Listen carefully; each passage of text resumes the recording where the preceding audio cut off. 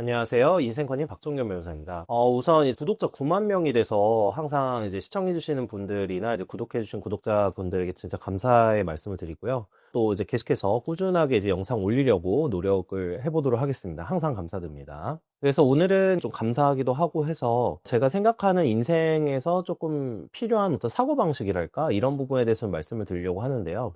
간혹 삶을 사시다 보면 이런 생각이 드시는 경우가 있을 거라고 생각을 해요. 왜 삶을 나만 불행한가? 왜 악인들, 그러니까 나쁜 사람들, 사기꾼들은 계속해서 돈을 벌고 나는 돈을 벌지 못할까? 왜 악인들만 성공을 하는 것 같은가? 이런 부분에 대해서 생각을 하시는 분들이 분명히 있을 거라고 생각을 합니다.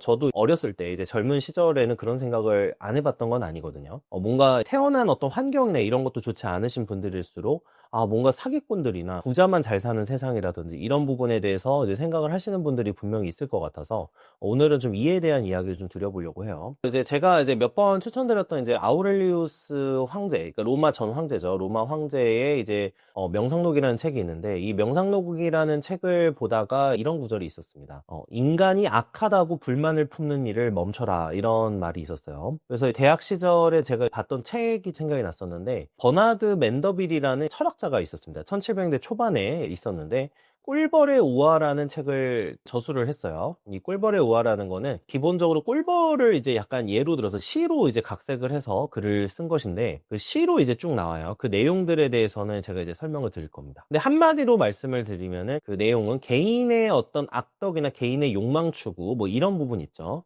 그러니까 이런 부분이 사실은 사회적 이익이 될 가능성이 높고, 예를 들면 윤리적이나 어떤 도덕적 관점으로 판단을 해서 개인의 어떤 뭐 의사결정이나 이런 거를 너무 제한을 해서는 안 된다, 이런 게 주요 주제예요. 애덤 스미스는 뭐 국부론으로 더 유명하긴 하지만 원래 도덕감정론이라는 책을 썼었거든요. 근데 이 국부론과 도덕감정론을 썼던 애덤 스미스도 이 버나드 맨더빌의 영향을 받았다라고 본인도 얘기를 했다고 합니다. 그래서 이 꿀벌의 우화는 원래 아까 말씀드렸다시피 시로서 이거를 표현을 했는데, 이걸 좀 제가 글로 약간 스토리로 이렇게 한번 구성을 해보면 이런 스토리예요. 이 꿀벌들은 굉장히 사회, 산업, 뭐 정치, 국방, 뭐 이런 여러 가지 분야에 있어서 굉장히 부강한 나라를 구성을 했습니다. 이 부강한 뭐 사회 또는 부강한 나라라고 할 수가 있는데, 물론 사회에서 문제가 전혀 없는 건 아니었어요. 개개인이 굉장히 사치를 하고 향락에 젖어 있고, 또 여러 가지 개인이 막 이익을 추구하다 보니까 여러 비윤리적인 행태들이 발생을 했어요. 뭐 예를 들면은 변호사의 경우에는 계속해서 사건을 유도를 한다거나 뭐 사건을 계속해서 만들어내거나 유도를 하는 식으로 갔고, 의사분들의 경우에는 기술이나 이런 거에 집중하기보다는 어떻게 하면은 서비스를 잘 제공하게 느낌을 받아서 손님들이 오게끔 만들 것인가, 뭐 이런 부분에 대해서 이야기를 많이 하는 내용들이 나와요. 그리고 모든 국민이 약간 사치와 향락을 추구를 하다 보니까 모든 꿀벌이죠, 사실. 새로운 상품을 사는 것을 계속 갈구를 하고, 그러니까 또 이것 때문에 계속해서 또 새로운 공장을 지어야 되고, 이러면서 여러 가지 사람들에 대한 어떤 문제, 이런 게 발생을 해요. 비윤리적 문제라든지 뭐 소음이나 여러 가지 아주 시끄러운 부분들이 발생을 하는 거죠. 당연히 사기꾼들도 득실득실하게 되고요. 노름꾼들도 많아지게 되고, 새로운 상품이나 이런 공장을 돌리기 위해서 발생하는 여러 문제들도 발생을 합니다. 사람들이 약삭발라지고요. 또 사람들이 여러 가지 자신의 이익을 추구하면서 여러 가지 부작용을 발생을 하게 돼요. 그러던 어느 날 이 부분으로 피해를 봤던 꿀벌이 굉장히 간절하게 기도를 합니다. 이 나라를 정직하게 만들어주세요. 그러니까 이 땅에 정직함을 내려달라고 호소를 한 거예요, 신에게. 근데 신은 원래 이런 기도를 들어주지 않다. 갑자기 돌연히 이 기도를 들어줘 버립니다. 그 꿀벌들의 나라가 다 되게 정직하고 바람직한, 윤리적으로 도덕적으로 굉장히 완벽한 이런 사회가 돼요. 그래서 정직해진 꿀벌들은 갑자기 자신들이 해왔던 어떤 행태나 뭐 사치와 향락, 또 약간 부도덕적인데 뭐 마케팅을 열심히 한다거나 뭐 이런 부분들을 보면서 어떻게 생각을 하느냐. 내가 너무 부끄럽고 이런 걸 고쳐야겠다라고 생각해서 실제로 고치게 돼요. 그래서 뭐 변호사도 사건을 유도하거나 그러지 않았고, 그래서 정직한 변호사들도 많이 망하게 됐고요. 또 의사들도 그 서비스를 제공하면서 계속해서 돈을 벌려고 많이 노력을 했었는데, 이런 부분을 안 하다 보니까 많은 의사들도 망하게 됩니다. 그리고 이 악덕이 사라지다 보니까 재판 자체가 사라지죠. 그러니까 뭐 법관들도 필요가 없는 그런 상황이 돼버리고, 신하나 이런 공무원들도 필요가 없는 상황이 돼버려요. 그래서 더 이상 악행을 저지르지 않기 때문에 사회에서는 필요했던 신하들이나 공무원 같은 체계가 필요가 없어졌고요. 그들은 다 이 나라를 떠나게 돼요. 그래서 이제 수많은 꿀벌들이 또 나라를 떠나니까 당연히 뭐 사체와 향락 이런 부분도 많이가 없어지면서 공장들은 또 문을 닫게 됩니다. 공장들은 문을 닫게 되고 당연히 물건도 안 팔리게 되는 그런 상황들이 됐었고요. 정의와 도덕은 굉장히 바로 섰지만 사람들이 떠나면서 가지고 있었던 부동산 가치는 폭락을 했고 또 공장장들도 다 나라를 떠났어요.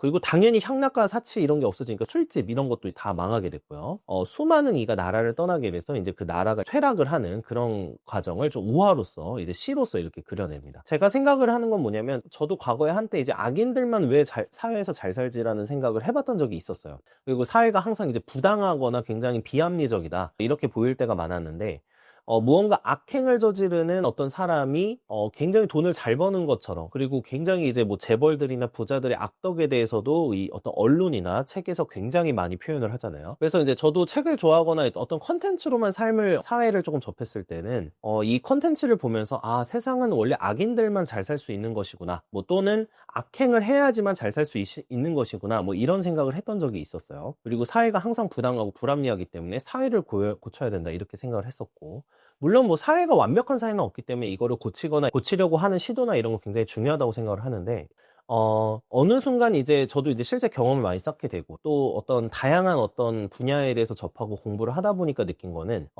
악덕이 전혀 존재하지 않는 사회는 사실 없다라는 거였고 그리고 세상에 아무리 완벽한 나라고 이상적인 나라라고 하더라도 이 개개인의 탐욕이나 욕망을 너무 절제해서는 안 된다. 그리고 그들의 어떤 의사결정이나 이런 거를 도덕이나 윤리적 관점으로 바라봐서는 사실은 무언가 나아지지 않을 수도 있다라는 생각을 많이 하게 됐어요. 아까 그 꿀벌의 우화처럼 말이죠. 그래서 윤리나 도덕으로 모든 사회적 문제나 개인의 의사결정을 접근하는 방식, 그러니까 이런 방식은 사실은 삶에도 그리고 사회에도 도움이 되지 않을 수도 있다라는 게 이제 좀 제 생각이고요. 물론 뭐 또 이런 말씀 드리면 뭐 너는 뭐 그러면은 뭐 잘못하고 범죄를 하는 것도 옹호를 하는 거냐 뭐 이렇게 또 생각하시는 분들이 있는데 당연히 그런 건 아니고요. 범죄를 옹호하거나 그런 건 절대 아니지만 세상이라는 곳이 사실은 생각보다 윤리나 도덕의 관점으로 하나는 옳고 하나는 그르다의 관점으로 해석할 만큼 그렇게 단순하지 않다는 거. 그리고 세상은 점차 복잡한 곳이 되어 가고 있고요. 뭐 어떤 신의 판단이나 이게 옳고 참이고 거짓이고 이런 식으로만 판단하기에는 굉장히 어려운 곳이 되고 있다는 거. 그리고 도덕주의적 관점으로만 해석을 해서는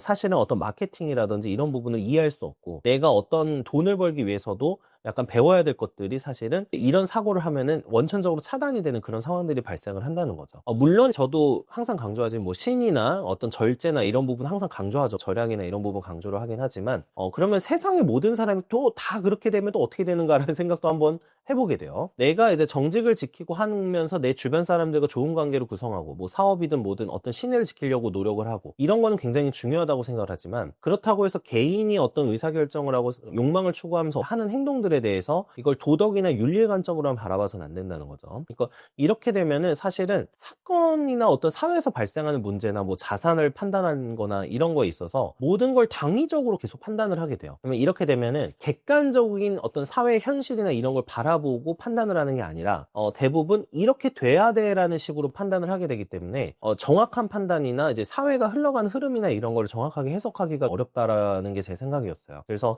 젊은 분들이거나 젊은 분들이 아니더라도 어떤 모든 문제를 좀 뭐 윤리적이나 도덕적 관점으로 계속해서 해석하시는 분들의 경우에는 조금 성장이나 자신이 발전하는 데에는 그렇게 도움이 되지 않을 수도 있다라는 생각을 하게 됩니다. 그리고 이 또 사고의 문제점은 아까 꿀벌의 우화에서도 말씀을 드리긴 했지만 부자들에 대해서 계속해서 좀 비판적인 사고를 하시는 분들이 당위적 사고를 하시는 분들이 많아요. 뭐 부자들은 이제 악행을 했었기 때문에 저렇게 성장을 한 걸 거야. 그리고 악행을 저지르는 사람들이고 모든 윤리적 도덕적으로 해석을 하다 보면은 저 사람들에 대해서 비난이나 비판을 할 가능성이 높거든요. 왜냐하면 부에 대해서는 뭐 종교 서적에서도 그렇게 나오기도 하지만 부정적으로 해석하는 경우가 상당히 많아요. 그러다 보니까 이런 거에 영향을 받다 보면은 비윤리적으로 보이는 경우들이 있다는 거죠. 근데 이거는 제가 솔직히 사건을 접하면서 많이 느끼지만 사실은 돈의 유무가 중요한 게 아니더라고요. 그러니까 돈의 유무로서 이 사람이 더 악인이고 이런 게 아니에요. 왜냐하면 돈이 없어도 악행을 많이 저지릅니다. 사실은 돈이 없어도 악행을 많이 저지르고 그리고 본인들은 인식하지 못하거나 경찰에 걸리지 않았을 뿐이지 불법을 저지르고 있는 경우가 굉장히 많아요. 정말 이거 제가 상담을 하면 항상 듣는 이야기가 뭐냐면 이게 문제가 되는지 몰랐어요가 제일 많이 듣는 문제예요. 실제로는 그런 부분들이 이게 경찰에 적발이 되거나 고소가 되거나 그렇지 않기 때문에 문제인 거지, 실제로는 그 악행을 저지르는 이런 부분으로 어떤 부의 유무나 이런 거를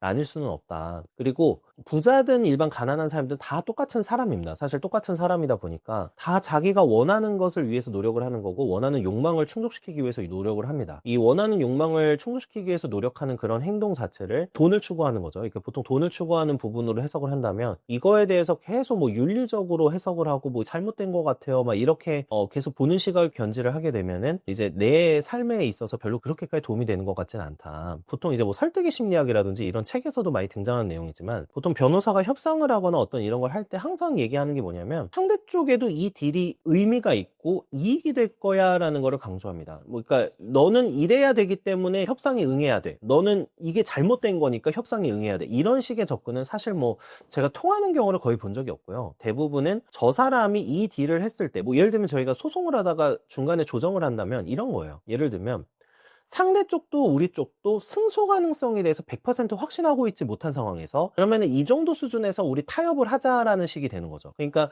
상대 쪽 입장에서는, 예를 들면 제가 원고라고 가정을 하면은, 원고 측이면은 뭐 1억을 청구를 합니다. 근데 이게 1억이 전부 이길 수도 있고 전부 질 수도 있는 상황이라고 가정할게요. 자, 그러면은 상대 쪽 입장에선 만약에 뭐 전부 이기면 다 좋겠지만 다 져버리면 1억을 배상해줘야 되는 상황이고요. 우리 쪽 입장에서는 1억을 청구를 하니까 만약에 다 받으면 1억을 받는 거지만 잘못했다가는 다 지는 거죠. 영원 한 푼도 못 건지게 되겠죠. 이런 상황에서 어느 정도 조정을 하거나 협상을 하게 되는데, 이때 저희가 강조하는 거는, 솔직히 말해서 만약에 지면 1억 이렇게 해서 부담하셔야 될 수도 있는데 그냥 이 정도 선에서 마무리하시죠, 이런 식으로 할 수밖에 없다는 거예요. 그래서 어떤 상대 쪽에게 어떤 이익이나 어떤 이득을 가져다 줄 수 있는가에 대해서 생각을 많이 하고, 이 부분을 또 부정적으로 보지 않고, 그러니까 이런 거를 막 윤리나 도덕적으로 너무 판단하지 않는 쪽으로 가는 게 사실은 삶에 있어서는 굉장히 좀 유용한 스킬이나 유용한 사고방식이 아닌가 하는 생각을 하면서 오늘 영상을 마치도록 하겠습니다. 시청해주셔서 감사합니다.